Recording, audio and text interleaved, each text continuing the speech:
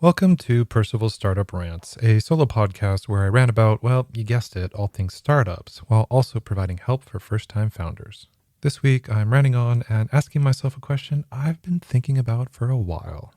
That being, are startup accelerators even worth it anymore? Well, yes and no, with a lot of fuzziness in the middle.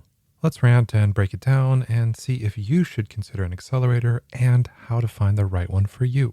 I guess let's start with a little background on the subject, as it's a space that I know really well. I have started, managed, or developed so many accelerator programs that I've honestly lost count of how many. The number is somewhere around being involved in at least 50 different programs.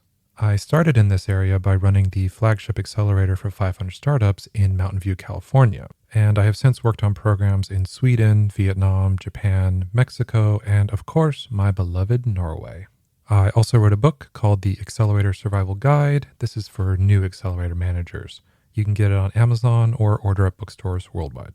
So let's start with the basics and why today I'm wondering, are accelerators even needed anymore? The reason I ask myself this is because today the general competence of founders, it's greatly increased. Couple this with the ease of starting a company, that's also dramatically improved over, say, the last 10 years.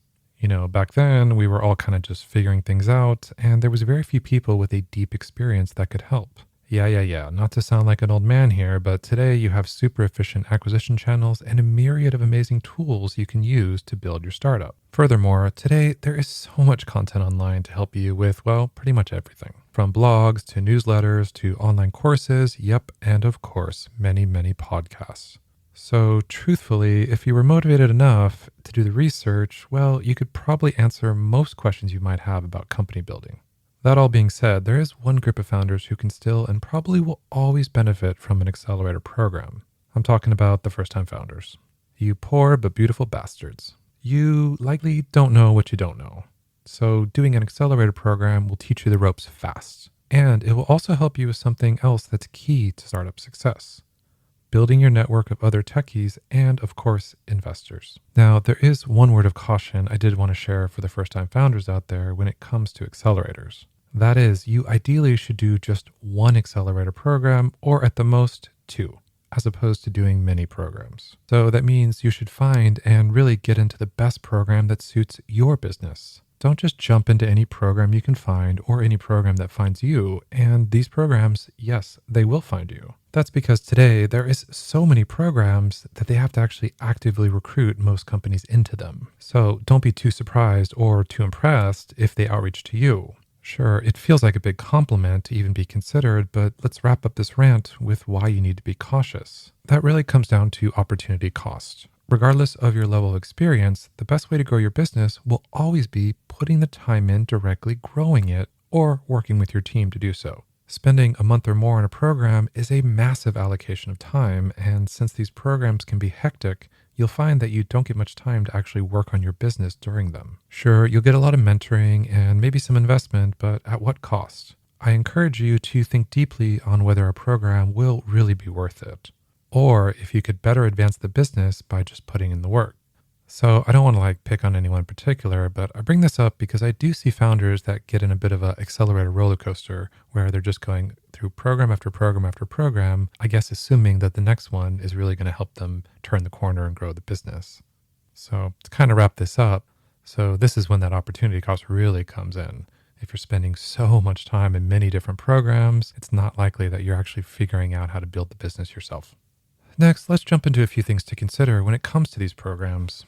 To start, and perhaps probably the largest issue I see, is related to competence and experience of the staff running these programs. When I look at most programs, especially here in Europe, for example, I don't see them being run by startup founders. I see a lot of former corporate or big consulting folks.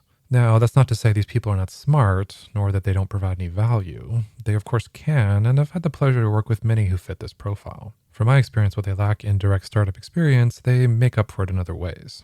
However, I'm not going to be shy to share my feelings that as a founder, you really want to spend your time with other experienced founders.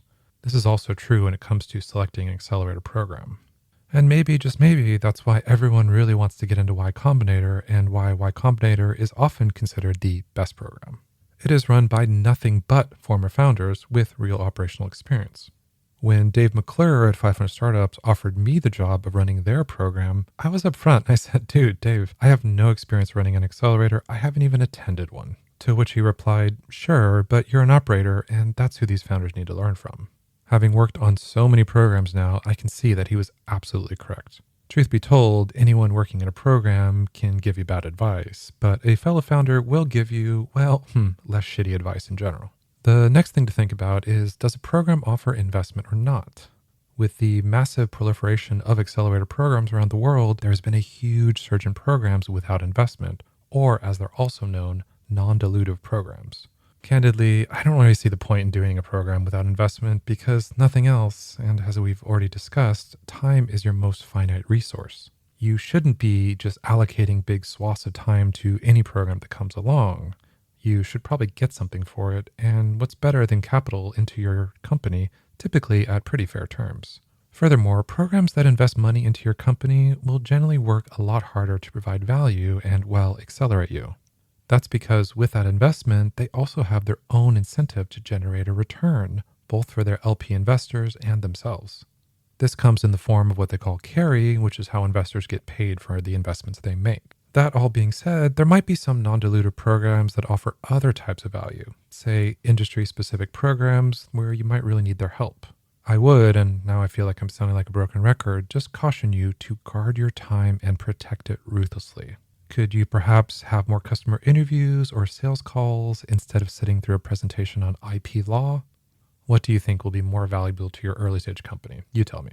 I think at this point, I'm going to save you from a rant on how corporates and startups don't and shouldn't mix, because even I've seen some corporate accelerators that provide a lot of value and partnerships via their accelerator programs. Depending on your industry or your business, it might make a lot of sense to give them a try. So that decision to do an accelerator, yep, it should be a very personal one.